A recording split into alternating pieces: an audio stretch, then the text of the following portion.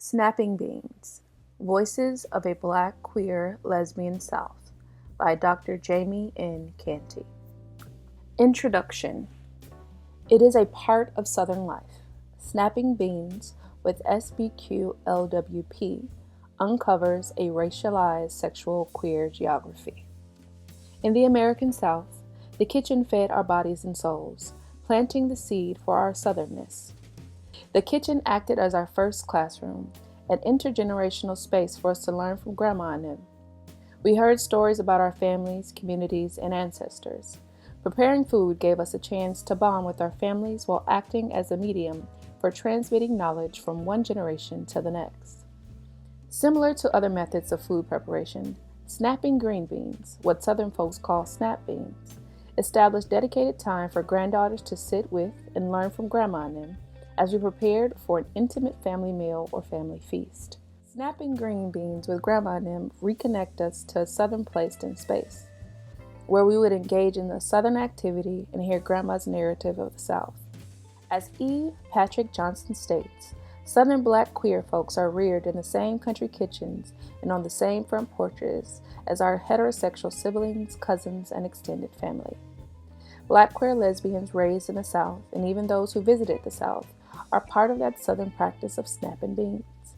We, too, are fixtures in these Southern kitchens and front porches.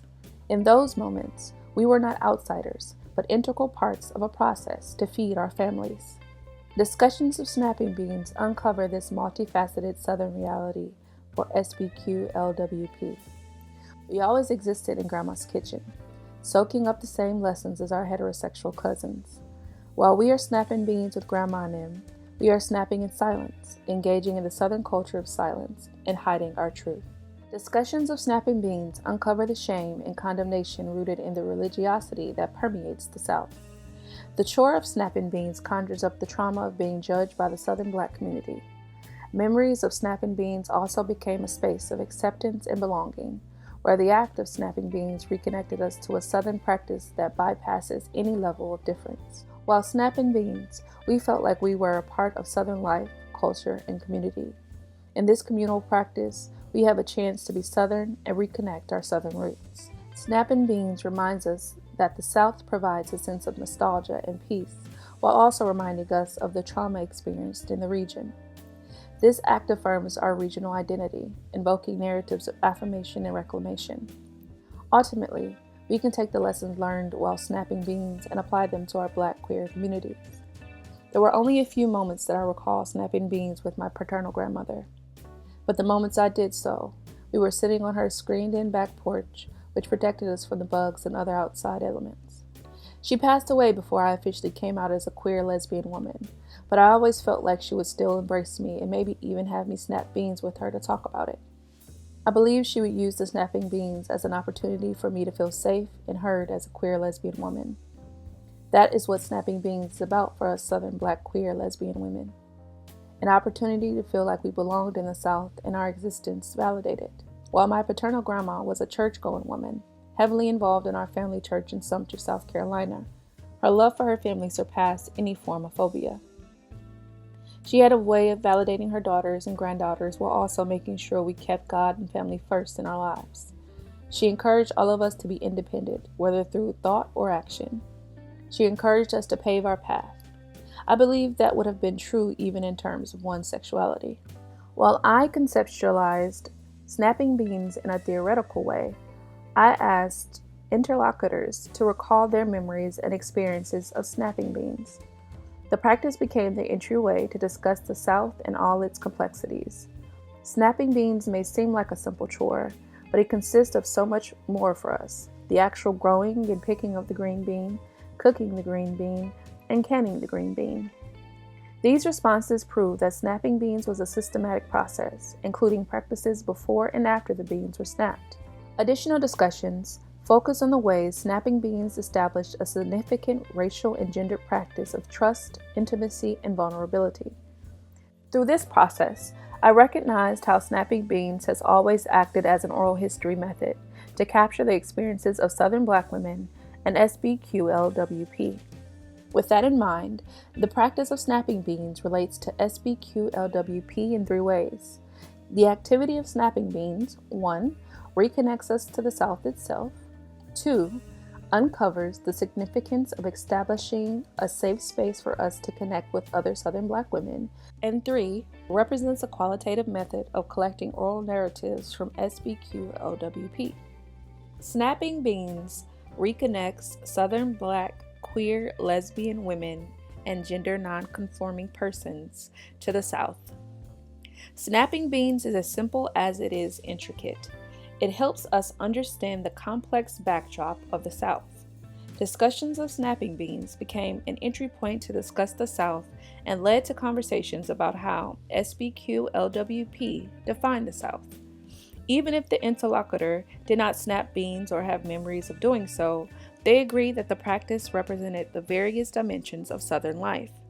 The act of snapping beans is wrapped up in the fabric of the South, representing a Southern way of living. As Mesa mentioned, it is part of life in the South. The green bean itself is more than a vegetable in the South. It connects to the agriculture and rurality of the South and represents a sense of belonging for Southern Black persons. Ultimately, it connects us to the root of who we are, reminding us of a historical and cultural continuum that exists in this region. Snapping beans cultivates Southern identity and exemplifies the best of Southern life.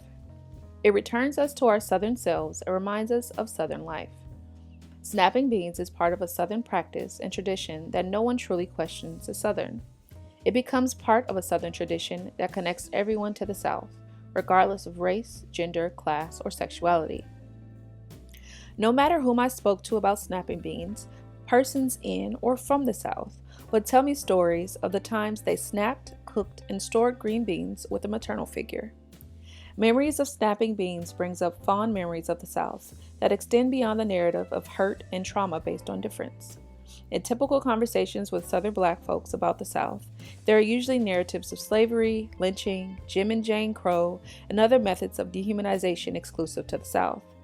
But snapping beans transforms us into a Southern space that connects us to a Southern life that is not connected to that regional racialized trauma. The memories of snapping beans reconnect us to our Southern identities and connect Southern folks to a sense of home place and belonging, regardless of difference. One of the liveliest conversations I had was with Casey, an interlocutor from Birmingham, Alabama.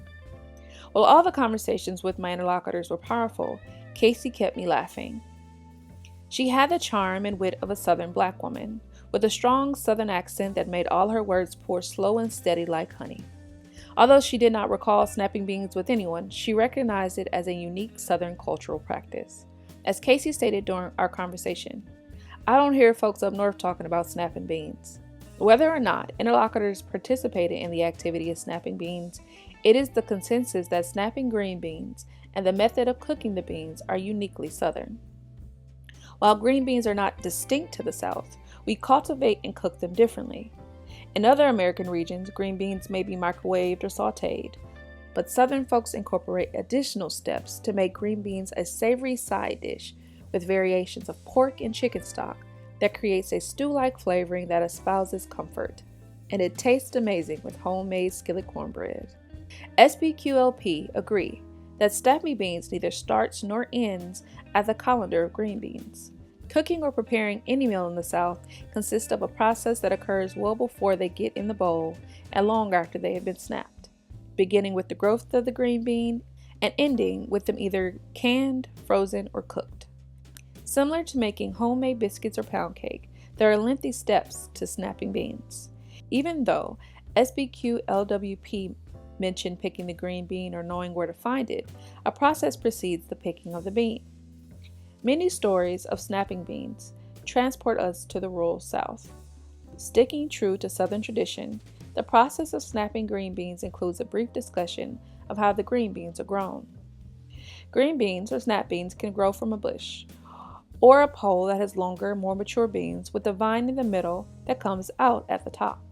SBQ-LWP discussed picking green beans from both a pole and a bush. Pole green beans climb as they grow, becoming a vine and requiring support in the form of a wooden pole. Pole beans require more attention and maintenance than bush beans. Pole beans should be set up by either trellises or cattle panels to allow the beans to climb as they grow, which provides stability, making the beans easier to pick. In contrast, bush beans are more compact, grow closer to the ground, and do not require support. Unlike other pole beans such as navy bean, pinto, or kidney beans, green beans continue producing even after picking them. Farmers would encourage people to remove the green bean once it has matured to allow other beans to grow. Once the bean is removed, that stem creates the energy to produce more pods. This vine is the part that connects the bean to the host pole or bush from which it grew. The practice of snapping beans reminded Southern Black queer lesbian women and non-gender conforming persons of a rural Southern landscape attached to our families and communities. Casey discussed a family friend who had a garden where they would pick the green beans. Angel's father grew green beans in Port Royal, Virginia. Later in her life, when she moved to this rural Virginia town to take care of her elderly family, she mentioned how her grandfather had a farm in Maryland where they would pick the green beans to prepare to cook or store for future use. Janessa connected the snapping of green beans to her grandmother's community in rural Georgia. She traced the growing of green beans to her grandmother's garden in Meriwether, Georgia, where they grew on a bush in her yard. While she grew up in Atlanta, Georgia, an urban southern location, she recalled memories of her grandmother also getting green beans from her uncle's farm in Monticello, Georgia, about 50 miles southeast of Atlanta. She mentioned how her family in Atlanta got many of their vegetables from the family farmland in Monticello. Alice Walker would be pleased to hear of how these interlocutors connected snapping beans and their southern identities to their family's garden. Subsequently, there is a process of how a person snaps the green bean. When snapping beans, we are removing a vine that connects the bean to the pole or bush and snapping the beans in half for faster cooking. The name snap beans was derived from the snap sound the bean makes when removing the tip and snapping it in half. The strength and maturity of the green bean is determined by the distinctiveness of the snap. The snap typically indicates the freshness of the bean. I know I have a fresh, strong bean based on how loud the snap is. The rhythm of snapping the green beans becomes a spiritual meditation. We let the snap of the bean speak to us. Once snapped, the beans are cooked in a stew-like side dish with certain essential ingredients, such as a chicken stock, pork, and onions. Southern Black folks know that green beans must have some meat to be a legitimate side dish. Pork adds flavor to the green beans, whether it is in the form of ham hocks, bacon, fatback, ham bone, or steakoline. The addition of meat to green beans has deep historical significance, stemming from the scarce access Blacks had to certain parts of meat during enslavement. Because of the legacy of enslavement, we learned how to create beauty from the scraps. We always created so much out of a little. Perhaps the most shocking part of my conversation with interlocutors was discussing the process of canning and storing green beans. I remember pressing more about it when Angel mentioned it. While visiting her father's family in Port Royal, Virginia, she recalled the process of canning beans outside. After that conversation, I made sure to ask interlocutors about the canning process. Casey mentioned the process of storing the green beans after cooking them, whether freezing them in a freezer bag or canning them for future use. Sunshine discussed canning the beans with smoked pork to maintain the flavor. The salt from the pork also functions as a natural preservative. My mouth watered just thinking of that. When I originally envisioned the notion of snapping beans as a project, I limited it to the process of growing and snapping the bean for the purposes of cooking only. I did not consider the methods for preserving the green bean. But when interlocutors mentioned it, I realized that finding methods of storing or canning vegetables is essential to Southern life and needs to be discussed in the context of snapping green beans. In the discussion of snapping green beans, Southern Black queer lesbian women and gender nonconforming persons brought up the complexities of defining the South, uncovering the ways snapping beans connect us to both a rural and urban South. Memories of snapping beans helps us diversify the Southern landscape. It introduces a multifaceted Southern landscape and identity that sits within this juxtaposition of a rural and urban South. Many SBQLWPs discuss their connection to snapping beans as part of their realities when visiting rural southern areas. SBQLWP, who knew about snapping beans, would speak of it in the context of rural or agricultural spaces. In visiting these rural southern spaces, we learned that our southern identity has both urban and rural components. Southern Black folks in urban areas or towns will return to rural spaces as a reminder of our Southern and Southern Black roots. Thinking of this project, I was transported to the rural landscape of South Carolina, where life was slower than where my family lived. But my understanding of the South was shaped by both these landscapes. Snapping beans connects us to a racialized rurality that may get lost in Southern metropolitan spaces. Snapping beans uncovers our complex Southern and Southern Black identities that are not limited to a single landscape. SBQLWPs made it clear that the green bean connects us to our multifaceted identities and home place. As some explained, snapping beans was what country folks did. Some SBQLWPs referred to themselves as city girls, which seems like the opposite of what is considered Southern. Interlocutors made it clear that the South represents myriad landscapes outside of what is considered rural or country. This discussion reminds others, namely those who do not live in the South, that the South is more than a landscape of rurality and backwardness. These comments align with Christopher Staples' concept of metropolitan imaginaries, where we often juxtapose a seemingly normal landscape based on the presence of urbanization and modernization as normal, while the rural spaces are considered backward. This perceived backwardness exists in the cultural norms and the method of economic production. Geographic locations are considered normal based on how close they are to a modernized urban society. In this case, urban spaces are equated to industrialization and thought of as a better location to live than rural agricultural societies. In our discussion of snapping beans, SBQLWP reiterate metropolitan imaginaries, exposing the South as a multidimensional place and space. They contend that the South is more than just a landscape of backwardness and rurality. Discussions of snapping beans dispel the myth that rurality is representative of all Southern life. This comment about snapping beans being a country thing makes it clear that the South represents both urban and rural spaces. Metrocentrism dispels the myth that the South is a monolith. In the discussion of snapping beans, SBQLWP uncover how the South is a complex space outside of rurality. The SBQLWP I spoke to also made sure I understood that simply because they were Southern did not mean that they were backward. After all, there are rural, agricultural, country areas throughout America. The South does not necessarily have a monopoly on rurality. However, based on this metropolitan imagination, the South is typically perceived as synonymous with rurality and backwardness, disregarding the fact that the region has several urban spaces. Southern Black queer lesbian women and gender nonconforming persons spoke of an urban South such as Atlanta, Georgia, Richmond, Virginia, Orlando, Florida, Charlotte, North Carolina, Baton Rouge, Louisiana, and New Orleans, Louisiana. These urban spaces are uniquely situated in the South and provide distinctive affirming spaces for Southern Black queer folks. There is a level of freedom provided to us in these urban spaces. SBQLWP dispelled this metropolitan imagination, sharing that the South contains queer and Black queer affirming spaces. This does not mean that SBQLWP do not bring this practice into their Southern urban spaces or that they no longer snap beans once they leave the South. I know I still snap beans in my Southern urban location. Snapping beans reminds us of the multifaceted landscape that encompasses the South. Snapping beans creates a safe space for Southern Black queer lesbian women and gender non-conforming persons.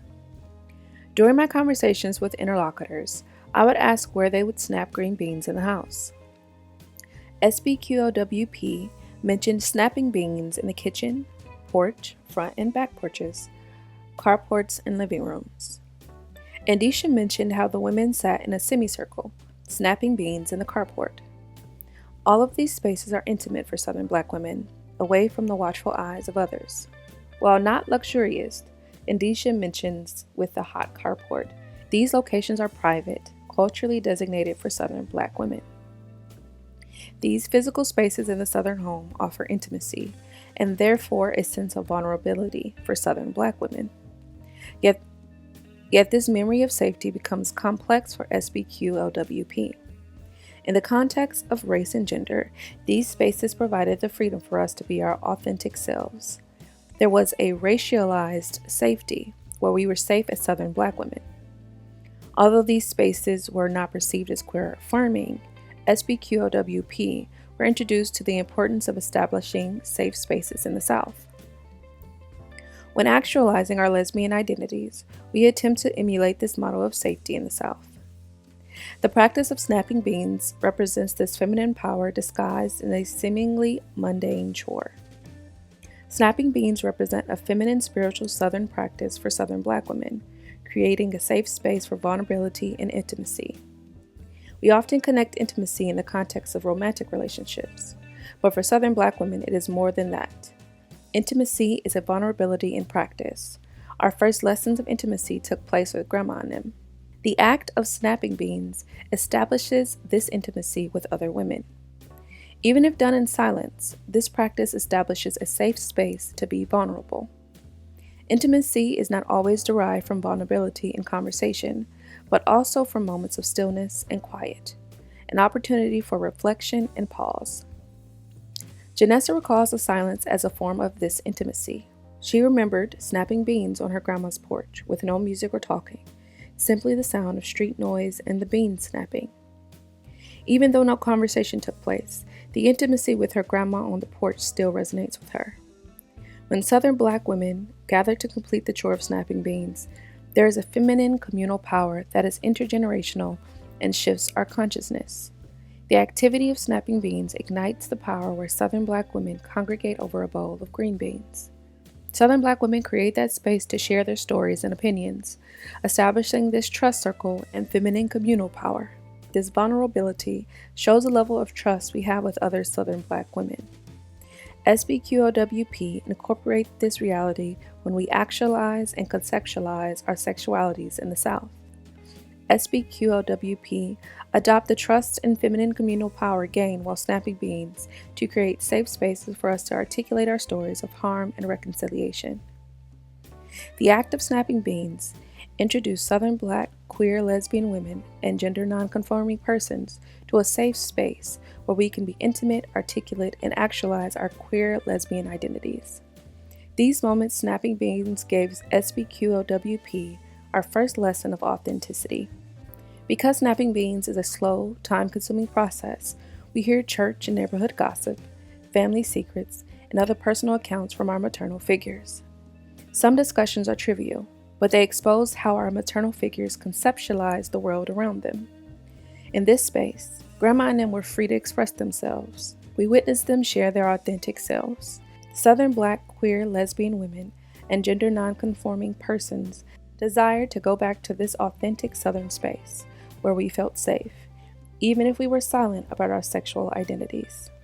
Creating and establishing a safe, authentic space is significant for SBQLWP. For us, coming out as queer is an exercise of authenticity that we recognized as significant during our snapping beans sessions with Grandma and them. Existing in spaces where our presence is not considered a problem, the process of building and maintaining safe, authentic spaces ensure the protection of queer persons. In some cases, having these spaces to be authentic is the difference between life and death. Snapping beans with Grandma and them introduced us to the potential of creating these safe, authentic spaces for SBQLWP to be intimate and vulnerable, and a chance for us to share our lives and exist. Whether Grandma and them realized it or not, they were ultimately engaged in the Black feminist and womanist practice of life sharing in the vernacular. Black feminist and womanist scholars recognize the importance of sharing intimate stories about our lives as the epitome of identity politics, the idea that the personal was deeply and undeniably political. They highlight that their intersectional identities, namely being Black and woman, fuel their desire to place these personal experiences into public discord. Snapping Beans is connected to the identity politics of Southern Black women, fitting in the context of the Combahee River collective process of life sharing and Laylee Phillips's notion of the vernacular. These Black feminist and womanist frameworks describe what happens when Southern Black women and SBQOWP are snapping beans. Both life sharing and the vernacular were intended to represent one's identity consciousness and reveal larger systems of oppression that affect their daily lives.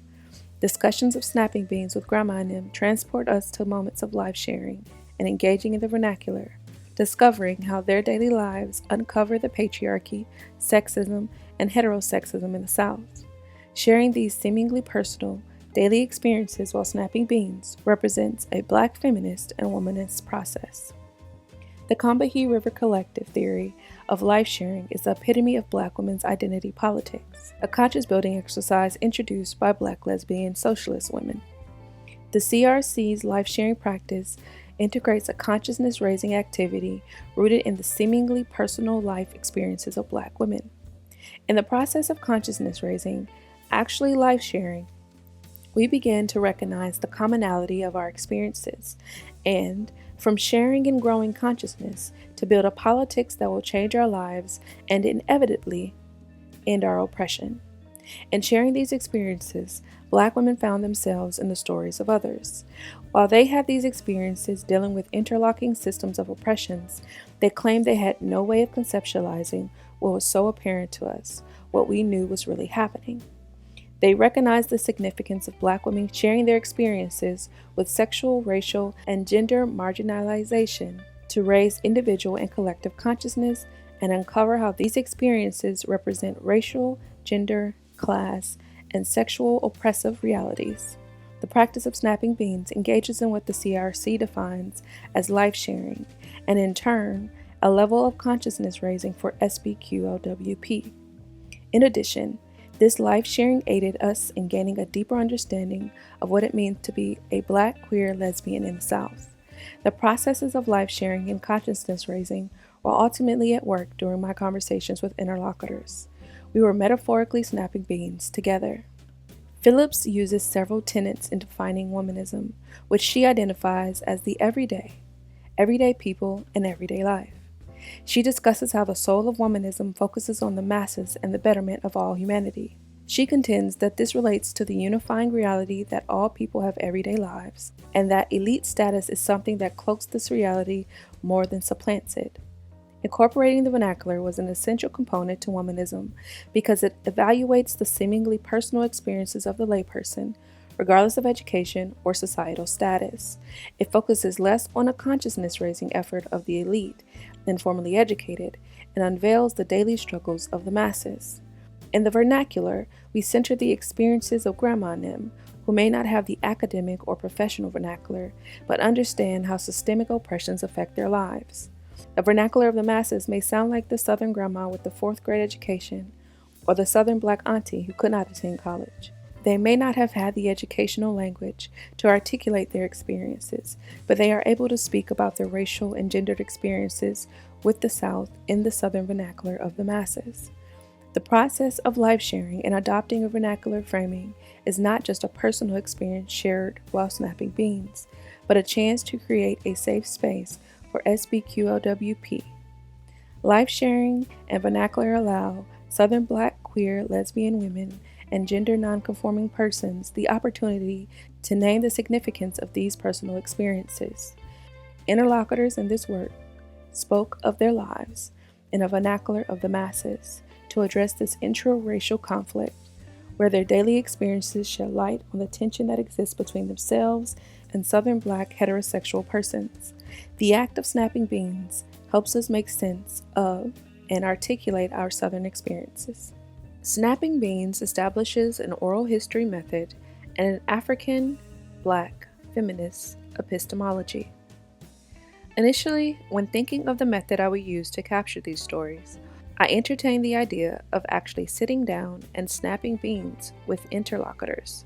However, during the time I planned to interview interlocutors, the realities of COVID-19 suddenly halted all human interactions. The pandemic hindered me from physically snapping beans with interlocutors. But when I started talking about snapping beans with interlocutors, our conversations acted as that communal moment. I was able to retrieve oral histories from them. We were engaging in the same practice of transmitting and obtaining oral histories without the actual bowl of green beans to snap. With that in mind, I realized that the act of snapping beans became a qualitative research method to gain oral narratives from Southern individuals.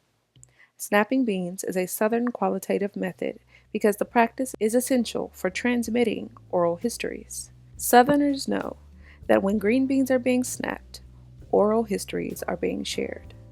Discussions of snapping beans often triggered vulnerable and intimate conversations, providing authentic oral histories. Using this method does not require real green beans, but an opportunity to obtain oral histories using memories of a Southern practice. With that in mind, this method does require interlocutors to connect to a specific place and space. After all, these narratives are provided while metaphorically snapping beans, a deeply Southern practice.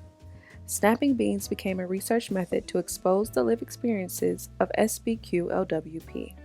Grandma and them could have easily trimmed the green beans with a knife, but grabbing the basket and sitting at the kitchen table or back porch provides an opportunity to transmit knowledge to the next generation.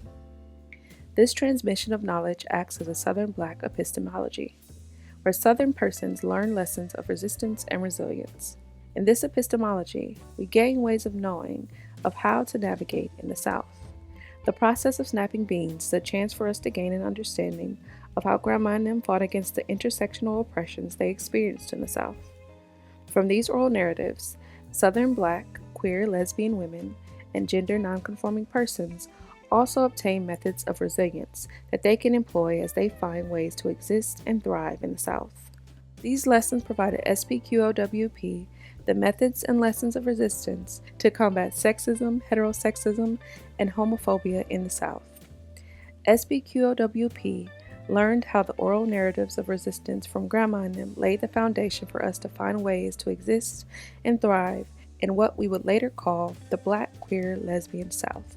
With that in mind, the process of snapping beans establishes that learning space where we learn about oppressions in the South, as well as methods of resistance and resilience our maternal figures used.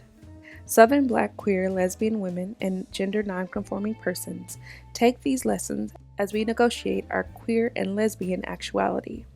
For many of us, these oral narratives provided the footprint for how to exist and even thrive in a contentious region. We gain lessons about resilience and the importance of establishing a community. The act of snapping beans helped me appreciate the lessons from my maternal figures. I assumed that appreciation came from growing older, but it was a result of actualizing my queer lesbian identity. While snapping beans, these maternal figures used the Southern Black epistemology to teach resilience and strength. While they may not have provided lessons on how to survive as a Southern Black queer lesbian woman, their oral histories allow the opportunity for us to find methods of resistance and resilience that can be applied as we actualize our queerness in the South. If my fraternal grandma can raise 6 children in the rural, segregated South, then surely I can survive as a Black queer lesbian woman in the South. I could adopt the lessons of resilience from my maternal grandma, who found a way to raise 5 children after leaving an abusive, alcoholic husband. The oral narratives from my maternal figures taught me lessons of authenticity, tenacity, and fortitude that helped me actualize my queerness in the South. While Grandma and them may not be able to provide much information about how to navigate sexual differences in the South, snapping beans creates an opportunity for transmitting knowledge of resistance and liberation. The oral tradition of passing down information about resilience and resistance for future generations is essential to our survival. In this context, snapping beans and the oral history method that exists in the Southern kitchen represent what Patricia Hill Collins calls African Black feminist epistemology. Because Black women exist within a racial and gender standpoint, they have a unique epistemological standard that reflects their African Black selves and their gender identities. One of these practices of the African Black feminist epistemology includes wisdom from maternal figures who are viewed as epistemological agents, not simply persons with anecdotal information.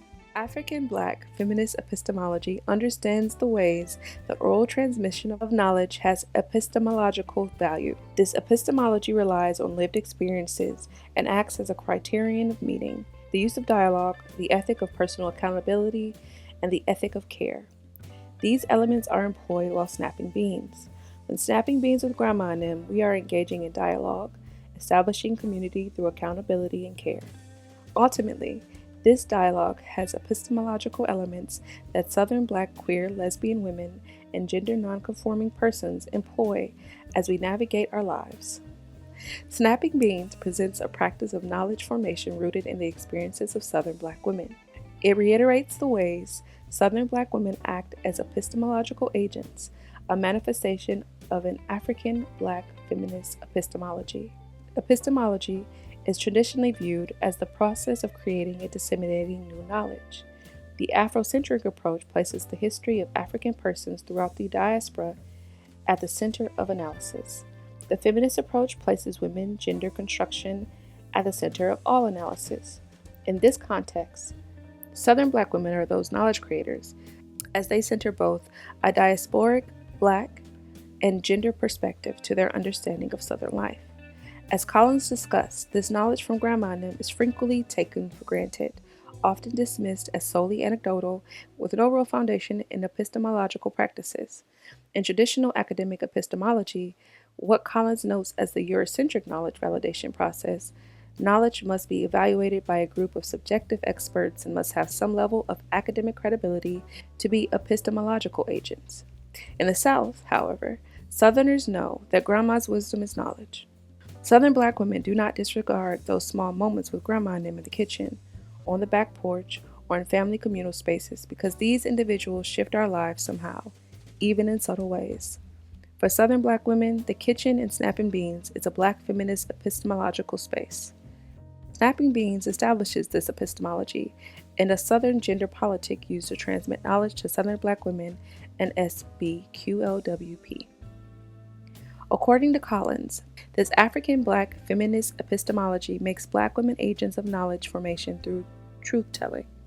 She notes, the existence of a self-defined Black woman's standpoint using Black feminist epistemology calls into question the content of what currently passes as truth and simultaneously challenges the process of arriving at that truth. This truth-telling is a representation of this Black feminist epistemology. Snapping Beans uses this African Black feminist epistemology to engage in truth-telling. This truth-telling does not mean that Grandma and them were always telling us the truth, but she questioned what is considered truth. Although we may not have considered the gossip while snapping beans to be a process of inquiry, Grandma and them questioned the validity of certain statements, questions, and realities in their worlds. They may ask, "How do we know?" or "What makes you think?" as an opportunity to arrive at some level of truth and challenge traditional assumptions. Ironically, that is what queerness is all about. While queerness represents the embodiment of gender and sexual fluidity, it also challenges individuals to question the world around them. Snapping Beans was an opportunity for Grandma and them to question Southern life. This process of inquiry laid the foundation for Southern Black queerness that we carry with us as we reconcile with our truths. Even when coming out, SBQOWP do not use the terminology coming out, but say phrases such as "I'm living in my truth" or "standing in my truth." Snapping Beans was an opportunity for Grandma and them to both prepare a meal and speak their truth. SBQOWP carry on this tradition as we actualize our queer identities. We continue the practice of speaking our truth, applying it to our queer lesbian selves. While Southern Black queer lesbian women and gender nonconforming persons recollect Snapping Beans, we see a process of sharing intimate stories and witness the power of vulnerability. This intimacy allows for us to be vulnerable in sharing experiences often hidden and untold. The goal of Snapping Beans is to break that silence like we break that bean. This vulnerability from SBQOWP allows other Southerners to have a better understanding of the South. Each snap of a bean evokes a memory of hurt and a shift in consciousness. Each snap provides additional context to the church hurt. Each snap unlocks another level of vulnerability, uncovering a new Southern narrative. By the time we get to the end of the basket of beans, we learn more about the South as a socio-cultural space and discover a new geography rooted in racialized, sexual, and queer realities. In employing the African Black feminist epistemology, we gain a new truth. This is why we snap beans, to uncover our experiences in this racialized sexual queer geography. Uncovering Southern complexities in a racialized sexual queer geography. When discussing the role that the South plays in our lives, several questions arise about how I conceptualize the South. At the beginning of this research work, I made certain assumptions when defining the American South. Originally, I rigidly defined the American South in conjunction with the U.S. Census. While I attempted to give a basic definition of the American South based on parameters from U.S. Census data, I recognized that defining the region has some intricate components. What is considered Southern has some distinct social, economic, and political realities. Over time, I learned to narrow down what South I was referring to in this work. Retta Eugenia Whitlock deconstructs the South as a complex space of identity formation that cannot be explained by census data alone. The South is a place with multiple, variable, and interlocking stratifications. It is a site where race, class, gender, religion, and sexuality interact continually and comprehensively, having implications that play out in a range of public arenas: politics, media, organized religion, social activism, and arts. This discussion fits in a body of literature that focuses on the South as a sociocultural space.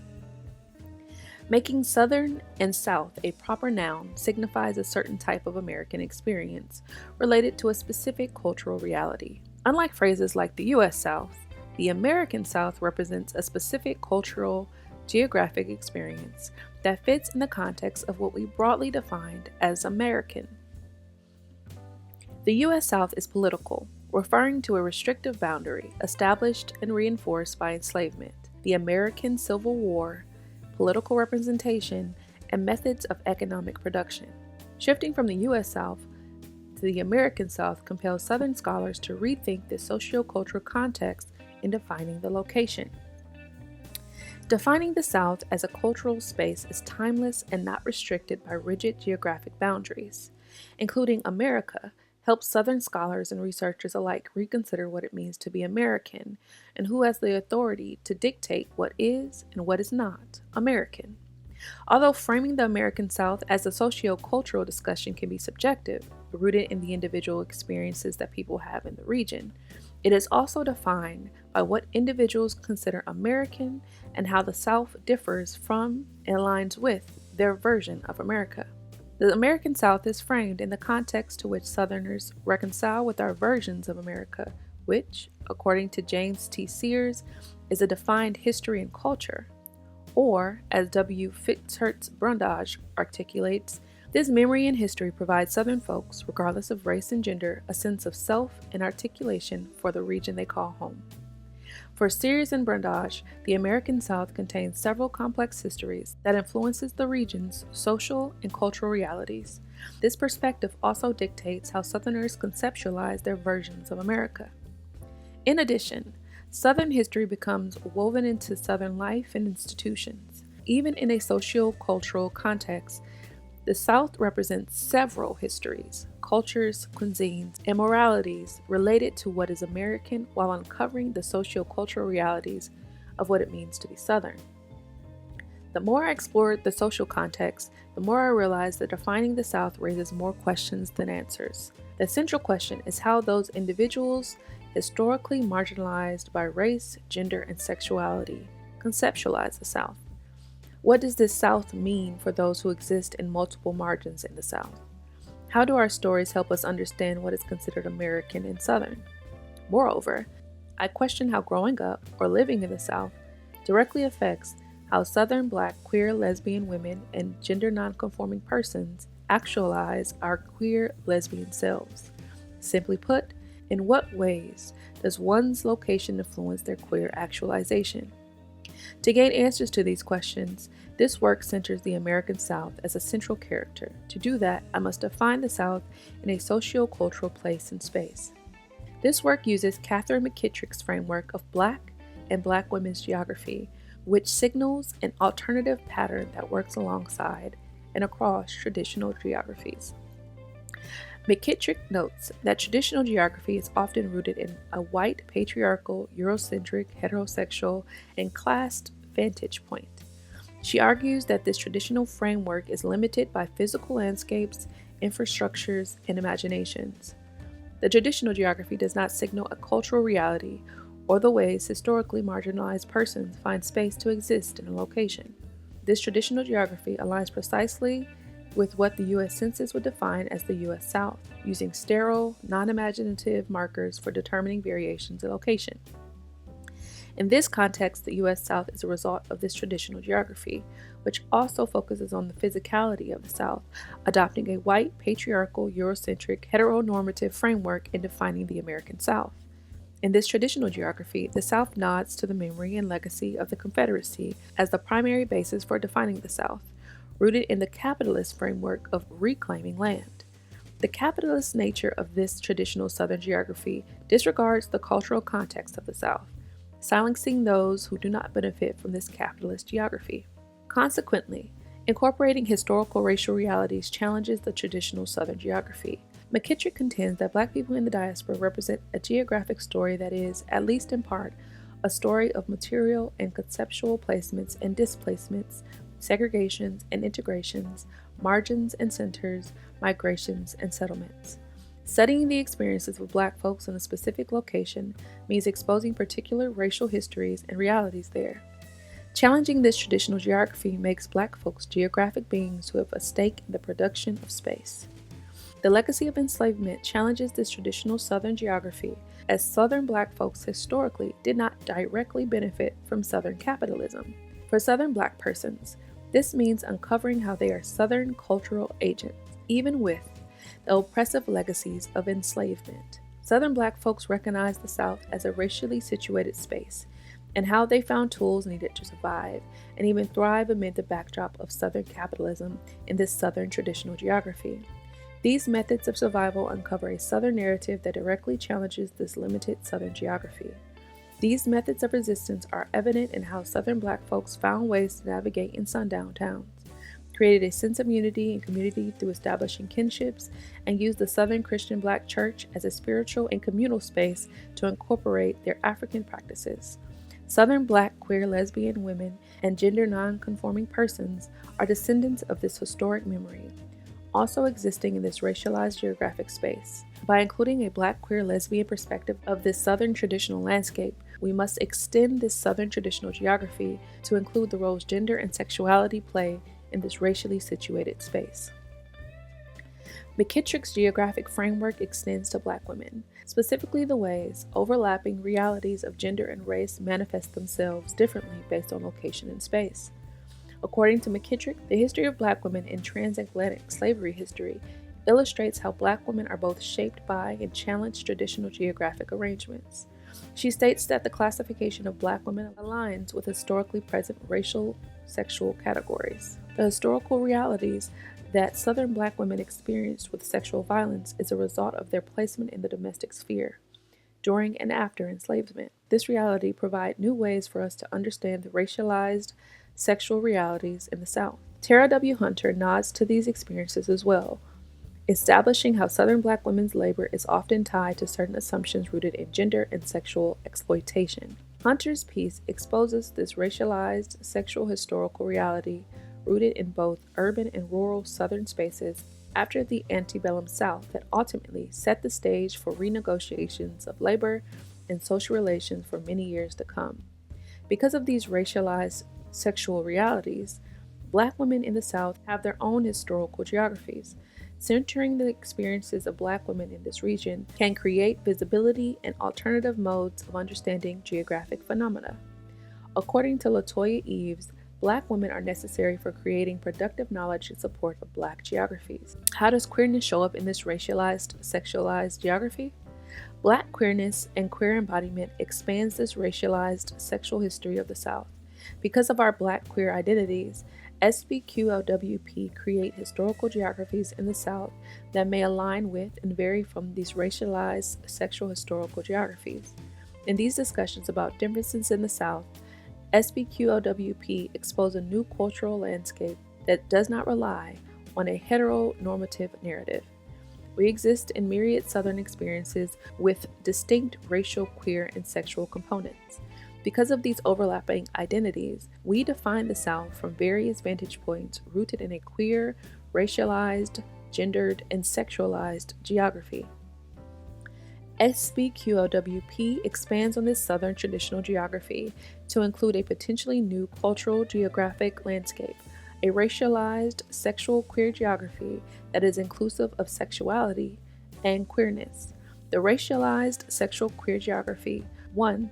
Represents the ways queerness and queer embodiment manifest in a specific geography, and 2. Provides an intersectional framework that directly challenges the Southern traditional geography. Discussions of a racialized sexual queer geography uses an intersectional lens to the South and uncovers how queerness and sexual fluidity exist in this racialized sexual geography. This geography creates a new way to discuss the South, exploring the ways queerness and lesbianism exist in the Southern sociocultural landscape. Using this framework demonstrates how the South shapes Black female sexuality, queerness, and gender fluidity. This framework dares to uncover how the South has queer and sexual dimensions. Regardless of racial, sexual, and gender identities, this racialized sexual queer geography allows all Southerners to make sense of their heteronormative gender and sexual identities. Although this discussion focuses on the South, this geography can be used in various locations to determine how certain sociocultural realities affect how one's intersectional identities are actualized. The racialized sexual queer geography directly challenges the heteronormative and heterosexual foundation of traditional geography. It explores the heteronormativity that exists in the Southern traditional geography and its disregard for sexual and gender fluidity. Regardless of race, this traditional geography amplifies the voices of heterosexual Southern folks and silences those who do not exist in this traditional heteronormative geography. In the South, the Christian Church reiterates and further justifies the heteronormative sexual hegemonies. This racialized sexual queer geography also uncovers the glaring ways homophobia and queerphobia exist in this region. This racialized sexual queer geography also reveals how these dimensions of heteronormativity can exist in Southern Black spaces as well, perpetuated in the way Southern Black heterosexual persons the Southern sexual hegemony and heteronormative traditional geography, using the Christian Black Church as justification for this marginalization. The Southern sexual hegemony and heteronormativity in this traditional geography are evident in this collective narrative.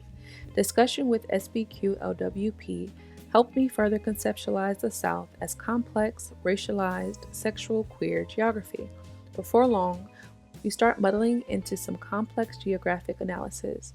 As geographic scholars mentioned earlier, physical place, geography, and culture, space, are inevitably connected.